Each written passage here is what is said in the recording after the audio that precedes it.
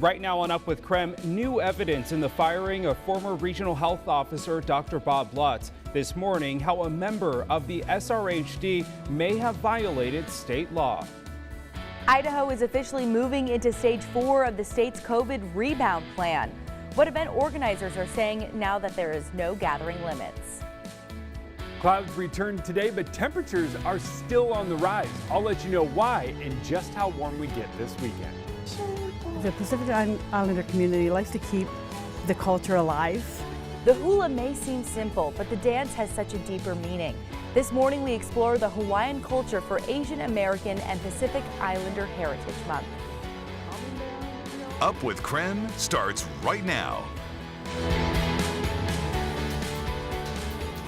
Breaking news now at 6. A preliminary investigation found evidence that Spokane Regional Health District Administrator Amelia Clark may have violated state law when firing Spokane's former top health official. Good morning. Thanks for watching Up with KREM. I'm Tim Pham. And I'm Dana Marie McNichol. KREM 2 obtained the 52-page report last night, and the findings are the latest development in a months-long saga that began last October when Administrator Amelia Clark announced she was firing Spokane County Health Officer Dr. Bob Lutz.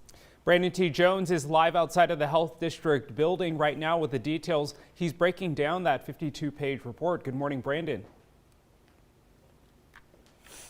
Good morning. Last night we got this 52-page report detailing the preliminary investigation. Back in November of last year, the Washington State Board of Health voted unanimously to conduct this investigation into Amelia Clark. So here is what that investigation found. The report shows Clark may have violated state law when she fired Lutz in 2020. The investigation was conducted by law firm Ogden Murphy Wallace, and investigators reviewed public statements, press releases, emails, texts, and interviewed several key people. The report concludes by saying these facts support a preliminary finding that Ms. Clark removed Dr. Lutz as the local health officer. Further, since Dr. Lutz was not given a notice and an opportunity to be heard before the SRHD board prior to his removal, it also cited a state law which requires notice and hearing before a health officer is removed.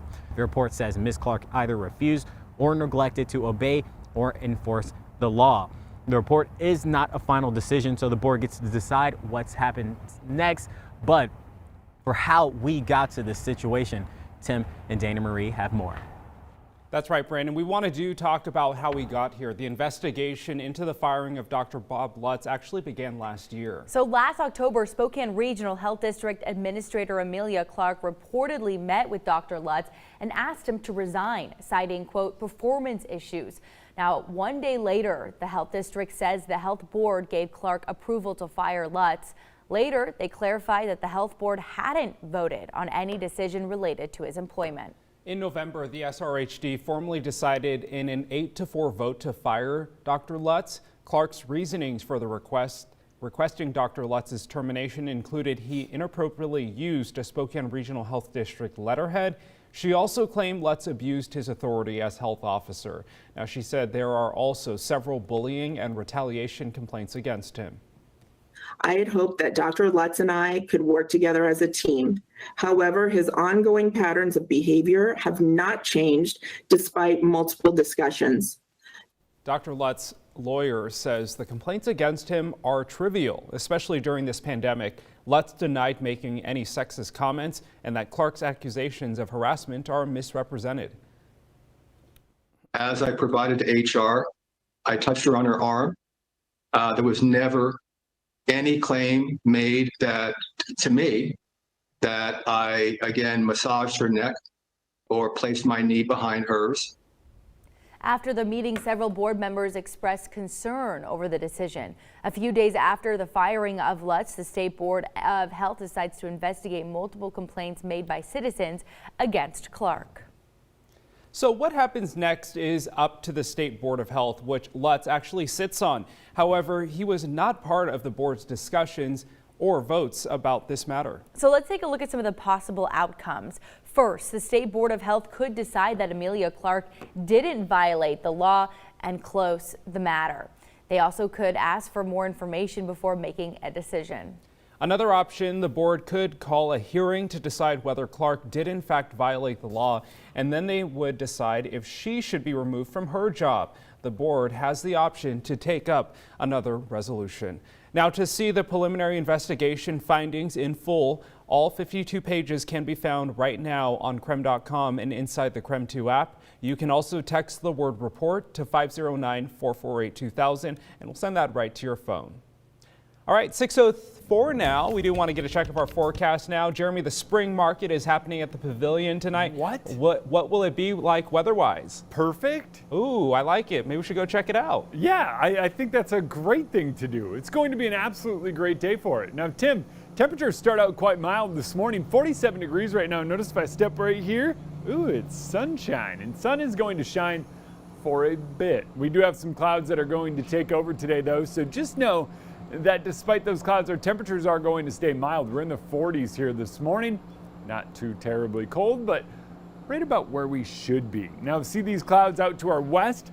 These clouds are going to continue to push their way to the east and take over our skies later on today. So what you can expect is increasing cloud cover throughout the morning, but temperatures continue to rise regardless of that cloud cover. By noon, we're up near 70 degrees. I think even by, say, 9 a.m., our temps are up close to 60. By this afternoon, we top out in the low 70s. And this is, once again, kind of the coldest day as we move to the weekend.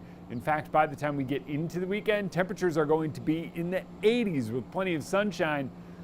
Coming up in your full forecast to let you know just how we do that.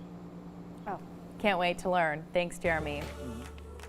6:05 now, it's time for your morning rush. More news in less time. First up, Governor Little also announcing he's pulling out of the federal pandemic unemployment programs. He's concerned it's keeping people from going back to work.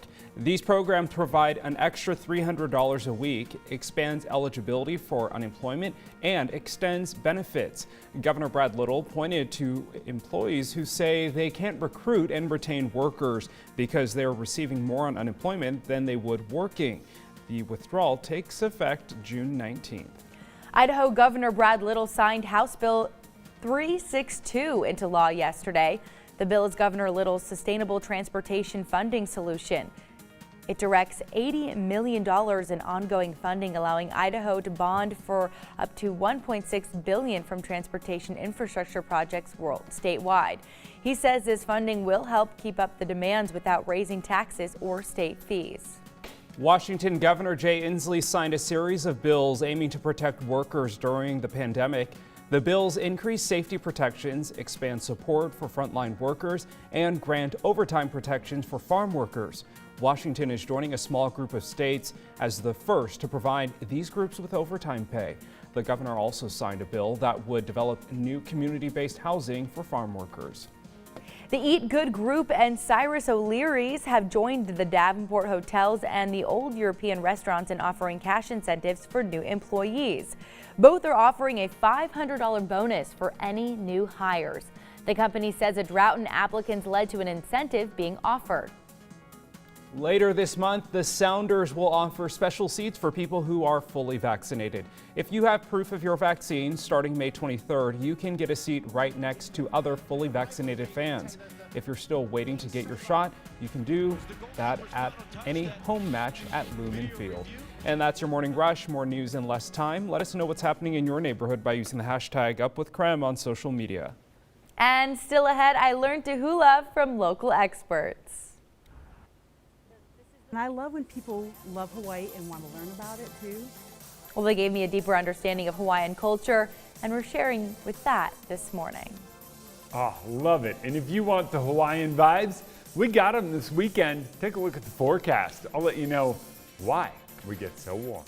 And since May is Asian American and Pacific Islander Heritage Month, we want to highlight people of AAPI descent who have made history. Washington Representative Pramila Jayapal is the first Indian American woman to serve in the U.S. House of Representatives. She is also the first Asian American to represent Washington on a federal level and the first woman to represent the 7th Congressional District in Seattle.